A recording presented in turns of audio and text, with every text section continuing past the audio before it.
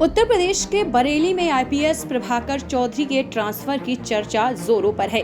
कांवड़ियों पर लाठीचार्ज के महज 3 घंटे के भीतर प्रभाकर चौधरी का तबादला कर दिया गया।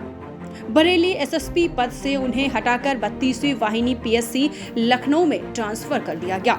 रविवार रात करीब 10 बजे सरकार की ओर से प्रभाकर चौधरी का तबादला आदेश जारी होने को लेकर चर्चा का बाजार गरमाया हुआ है। एसएसपी से सेना नायक बनाए जाने को लेकर भी चर्चा हो रही है। कहा जा रहा है कि उनके कद को छोटा कर दिया गया है। प्रभाकर चौधरी की जगह सीतापुर के एसपी सुशील चंद्रभान ढूले को बरेली का नया एसएसपी बनाया गया है। दरअसल रविवार की शाम 7 बजे कांवड़ियों पर लाठीचार्ज का मामला सामने आया था। इसके बाद ट्रांसफर आदेश आ गया था। आपको बता दें कौन है प्रभाकर चौधरी। प्रभाकर चौधरी 2010 बैच के आईपीएस अधिकारी हैं। वे अम्बेडकर नगर जिले के रहने वाले हैं। उनके पिता का नाम पारसनाथ चौधरी है।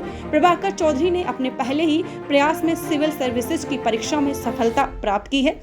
उन्हें आईपीएस के रूप में चुना गया। यूपी कैडर में उन्हें तैनाती दी गई। प्रभाकर चौधरी ने देवरिया, बिजनौर, बलिया, बुलंदशहर और कानपुर देहात में एसपी के पद पर काम किया है। आइए सुनते हैं प्रभाकर चौधरी बरेली की हिंसा को लेकर क्या कुछ कह रहे हैं, आप सुने। दीक्षांत एडुटेक लाया है दीक्षांत ई लर्निंग ऐप। बने दीक्षांत का चैनल पार्टनर और अर्न करें लाखों रुपए प्रति महीने।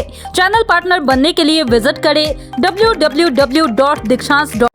सर, आपसे जानना चाहेंगे यहाँ पर जो भी नवादा में बवाल हुआ उसके बारे में क्या कहना है? ये सुबह से यहाँ पे समझाया जा रहा था कि गैर परंपरागत है, ये जुलूस इसको ना निकाला जाए क्योंकि आगे जो है वो दूसरे वर्ग की आबादी पड़ती है और एक ईगो का लोगों ने माहौल बना लिया। फिर भी हम लोग आए, समझाते रहे और अंत में दूसरे पक्ष से हम लोगों ने सहमति भी बना ली इनके कहने पे।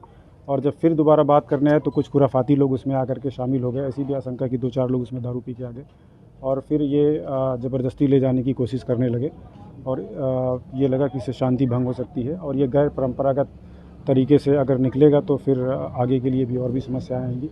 काफ़ी समझाया गया, लगभग 4 घंटे, लोग नहीं माने। उसके बाद फिर ये एग्रेसिव होने लगे, पीछे डीजे करके बहुत ही अभद्रता और सारी चीज़ें करना शुरू कर दिए और उसमें जो है किसी ने कुछ ऐसा भी प्रतीत हो रहा है कि इनके पास कुछ अवैध वेपन भी थे, कट्टा भी था किसी के पास, ऐसी सूचना मिली। उसके बाद ये निर्णय लिया गया और इन पर हल्का बल प्रयोग करके भीड़ को डिस्पर्स कर दिया गया। हम इसमें कठोर धाराओं में मुकदमा लिख रहे हैं कि गैर परंपरागत तरीके से माहौल को ख़राब करने के लिए इस तरह का प्रयास किया गया है।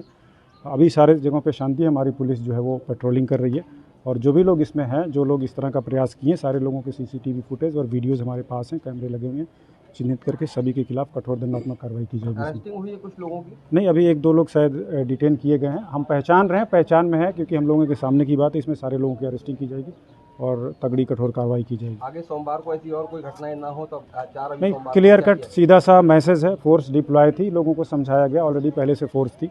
हमारा मुख्य उद्देश्य है कि आपस में कोई लड़ाई झगड़ा ना होने पाए, लेकिन अगर कोई भी ज़बरदस्ती या गैर परंपरागत या जिद करने की कोशिश करेगा तो हम उसको कठोरता से निपटेंगे। दीक्षांत एडुटेक लाया है दीक्षांत डिजिटल क्लास। दीक्षांत डिजिटल क्लास का उपयोग कर छात्र बना सकते हैं पढ़ाई को बेहद आसान और मजेदार। दीक्षांत डिजिटल क्लास को स्कूल में बैठकर देखना है तो पेन ड्राइव और स्मार्ट टीवी बनेगा सही माध्यम। चलिए अब ये भी जानते हैं कि दीक्षांत डिजिटल क्लास का फी स्ट्रक्चर क्या होगा।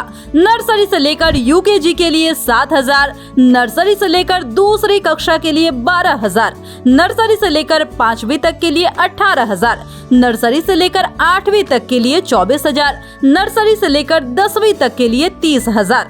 अगर आपको डेमो करना है तो उसके लिए आप दीक्षांत डिजिटल क्लास के YouTube चैनल को विजिट कर सकते हैं। हमारे YouTube चैनल को सब्सक्राइब और Facebook पेज को लाइक करना ना भूले। धन्यवाद।